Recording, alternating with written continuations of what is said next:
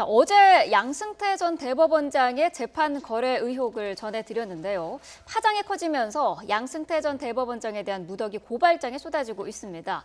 자, 재판 거래 의혹의 당사자죠. KTX 해고 승무원들 어제 대법원장 비서실장과 면담을 했는데요. 관련된 내용 듣고 오겠습니다. 사법행정권자 책임 판결을 할 수 있는 자리에 있는 사람은 아니고 다만 말씀 하나하나 혼자도 빠짐없이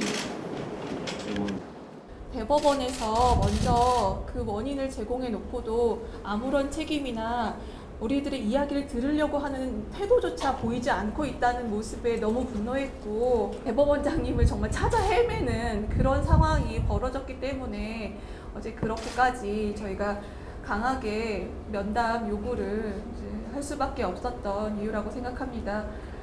대법 판결 때문에 많은 사람들의 인생이 망가졌습니다.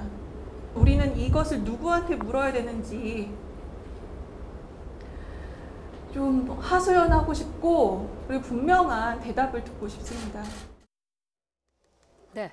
자, 해고 승무원 측은 지금 직권 재심 청구를 요청을 하고 있는 건데, 이 직권 재심이라는 게 가능한 건지 모르겠어요.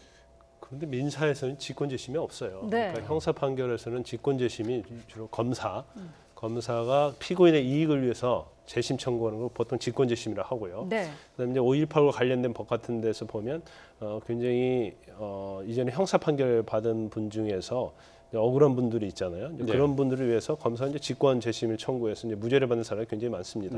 그런데 민사는 당사자 소송이거든요. 그렇기 네. 때문에 뭐 일반 노동과 관계된 소송이랄지 행정과 관련된 소송에서도 마찬가지예요. 그래서 직권적으로 뭐 대법원이랄지 아니면 검사가 이걸 재심 청구해서 하는 경우는 없어요. 그래서 일단은 뭐 재심 청구는 어려울 거라 보고, 네. 재심을 하려고 하면 일반적인 사유가 민사에는 한 11가지 정도 사유가 있는데 사유가 굉장히 까다롭습니다. 그리고 이게 거래를 했다고 하는데 지금 문건상으로는 마치 거래한 것처럼 나와 있는데 예. 이 판결에 어떻게 영향을 미쳤는가에 대해서 이제 구체적인 것은 안 남아 있거든요. 그러니까 네. 재판을 어떻게 관여를 했는지에 대해서. 그래서 일단 그 부분이 좀 전제가 돼야 할 것 같고, 근데 개인적으로 볼 때는 이게 일단 대법원에서 확정된 판결을 뒤집는다는 것이 거의 불가능하다고 보거든요. 그러면 KTX 차원에서 대승적인 결단을 해야 한다고 봐요. 그러니까 1심과 2심에 승소했는데 대법원서 이게 노동의 뭐 유연성이랄지 그런 명분으로 해서 이게 바뀌었단 말이에요.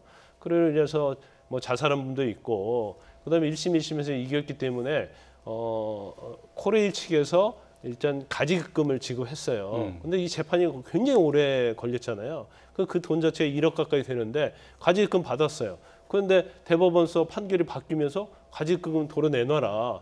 그러니까 사실은 경제적으로 굉장히 어려운 분들이 그 이제까지 생활비를 다 쓰고 있는데 이걸 다시 내는다는 게 굉장히 어렵거든요. 네. 그래서 자살하는 사례도 있었는데 이 부분은 사실은 뭐 법률적으로도 봐도 이렇게 보면 약간 그 당시에 대법원 판결 자체가 굉장히 이해가 가지 않는 부분이 있었거든요. 그러면 KTX에서 회사 차원에서 구제 방안을 마련하는 게 여러 가지 모양새도 좋고요. 그다음에 또 정의 차원에서도 맞다고 봅니다. 네. 그러니까 지금 이게 민사 소송이었기 때문에 직권 재심에 해당이 안 되고 다시 또 판단을 내릴 수도 없는 부분이기 때문에, 그렇죠. 직권 재심도 안 되고 그냥 재심 사유를 또 해당하기가 좀 쉽지 않은 부분이 있어요. 그러니까 KTX 차원에서 결단을 내리는 것 외에는 사실 특별한 방법이 없다. 이렇게 볼 수밖에 없겠군요. 네, 그렇습니다. 자, 이 재판 거래와 관련해서 규탄하는 목소리는 KTX 승무원들뿐만이 아닙니다. 다른 목소리가 계속 나오고 있는데요. 현장의 얘기를 좀 들어보도록 하겠습니다. 정말 기가 찼습니다. 정의의 마지막 보루라고 하는 이번 법원이 정말 이런 작태를 서슴없이 했다는 것을 보고, 만신창이가 된 사법부를 다시 살릴 수 있는 유일한 방법은 검찰의 강제 수사를 통해 쌍용차 노조 또 그리고 공무원 노조의 목소리를 들어봤는데요. 이 2009년에 쌍용차 노조와 관련한 사건도 이 재판 거래에 포함이 돼 있었다고요? 네, 그런 이제 문건 내용에 그 사항이 이렇게 함께 포함되어 있는데, 네. 그 쌍용 그 사건 자체는 이 정리 해고를 결국 이제 165명을 했는데 이것이 적법한 것이냐, 네. 아니면 그렇지 않은 것이냐 이 판단에 있어서 1심에서는 이제 적법하다고 봤습니다. 예. 네. 근데 그 항소심에서 이 해고 자체가 무효다. 왜냐하면 이 당시에 긴박한 경영상의 필요성을 보기가 상당히 어렵지 않느냐. 네. 더군다나 그 회계 장부를 봤더니 이렇게 긴박한 그런 모습이 허위로 좀 부풀려져 있는 모습이 분명히 있었다. 예. 그리고 회사 차원에서의 성실한 자구적 노력이 있어야 되는데 이것도 없었다. 그렇다고 한다면 이 165명에 대한 정리해고는 적법지 않은 것이다. 예. 무효다라고 이제 봤습니다. 그런데 이제 문제는 이제 대법원에서 이것이 뒤바뀌어진 것이죠.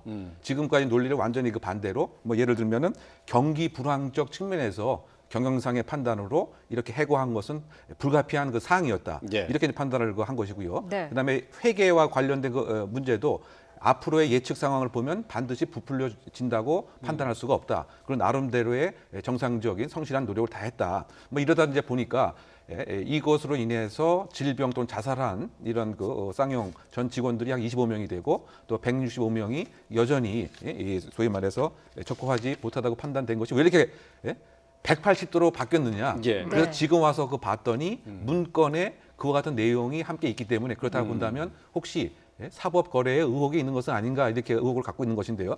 근데 아까 김 변호사님 잠깐 말씀하신 것처럼 정말 사법 거래가 있었다고 하는 그와 같은 증거는 아직도 없습니다. 다만 네. 하나의 그와 같은 전제 아래 모든 것을 이렇게 바라다 보니까 정말 그 법관들이 미리 처음부터 이렇게 미리 짜서 하고 난 다음에 조직 발전을 위해서 법원의 조직 발전을 위해서 청와대하고 거래를 해야지 이렇게 한 것으로 지금 인상들을 갖고 있는 것인데 예. 네. 그것은 아직은 이제 아니지 않느냐. 예. 그렇다고 본다면 이 그 사안의 그 실체를 정말 사법 거래를 처음부터 목적을 하고 대법관들이 서로 간에 역할 분담을 해서 짜서 그 다음에 그 상고법원 설립을 위해서 청와대 접근을 했다. 이것은 하나의 지금 가정인데 그 가정에 관해서 증거를 댈 수 있는 것은 아직은 없기 때문에 네. 저는 이 사태로 가장 큰 문제가 사법부에 대한 엄청난 불신. 그럼 예. 내 사건도 그랬던 것은 아니야? 내 사건도 그랬던 그렇죠. 것은 아니야? 예. 그래서 어쨌든 사법 막장 상태로 이게 치닫게 되면 이것은 국가의 발전을 위해서 너무 안 좋은 일이다. 그래서 이것에 대한 빨리 조기 수습이 저는 필요하지 않는가. 예. 그냥 국가가 유지되는 것이 결국은 신뢰란 말이죠. 네. 처벌을 할 수 있는 근거, 정당성을 해할 수 있는 이런 상황으로 치닫고 있는 건 상당히 우려를 살 수 있는 요소가 크다고 보입니다. 예. 네, 이 사법권 전체가 지금 좀 흔들리고 있는 상황인데 앞서서 조기에 좀 수습할 수 있는 방안을 마련해야 된다라고 하셨습니다만은 이 부분이 물론 뭐 전후 관계가 지금까지는 정확하게 나오지 않았습니다만은 살펴봐야 할 것 같고요. 만약에 살펴봤을 때 전후 관계가 정확하게 나올 수 있을지도 의문인데 어떤 방법들이 좀 있을까요?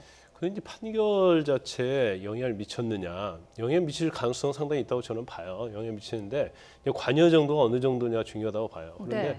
지금 현재 나온 문건 내용을 전체적으로 보면 우리가 이런 식으로 해서 재판의 결과를 이렇게 냈다. 그 내용이 아니고 우리가 이제까지 재판을 이렇게 했는데 이것은 박근혜 정부의 국정 운영의 코드와 맞다. 그래서 코드를 맞추기 위해서 재판을 이렇게 조작했다 이런 취지가 아니거든요. 예, 그러니까 예, 기존에 있던 판결 중에서 이걸 골라서 이렇게 상고법원 설치해 가서 이제 딜을 하려고 했다 이 내용이거든요. 예. 그런데 네. 좀 굉장히 우려되는 측면이 거기에 적시된 판결들을 전체적으로 보면 박근혜 정부, 특히 보수 정부가 굉장히 코드가 맞는 판결들이에요, 다. 예. 그래서 아까 우리가 KTX 얘기했고요. 그다음에 쌍용자동차 얘기했는데 이게 전형적으로 보수 정권에서 이제 노동의 유연성을 굉장히 중요시하거든요. 예. 그래서 피고용자보다는 사측, 노동자보다 이제 사측의 편을 들어주는 것이 이제 대부분 뭐 보수 정권들의 특징 아니겠습니까? 예, 예. 그래서 네.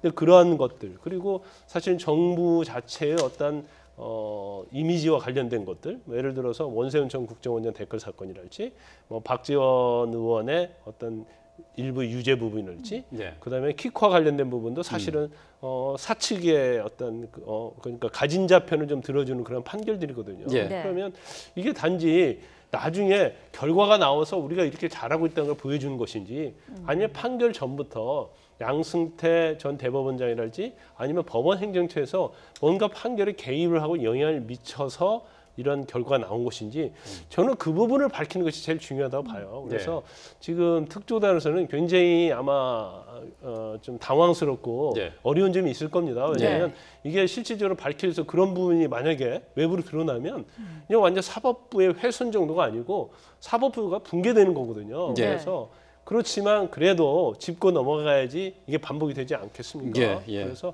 그런 부분에서는 일단 실체적 진실, 사안의 중요성을 잘 감지를 하고 결론을 좀 내야 한다 이렇게 봅니다. 네. 그 안철상 특조단장이 한 얘기가 있죠. 다 이게 검토했었던 문건들이 대부분 실행된 것은 아니었다. 다만 그 나온 판결을 취합을 해서 거래를 시도한 정황이 확인됐다라고 하는 부분인데 이 부분에 대해서 명확하게 다시 한번 입증을 해주지 않으면은 사법부에 대한 불신이 쉽게 가라앉지는 않을 것 같습니다. 자, 관련된 내용들 함께 살펴봤습니다. 자, 이웅혁 건국대 경찰행정학과 교수 또 그리고 김광산 변호사와 함께했습니다. 고맙습니다. 고맙습니다.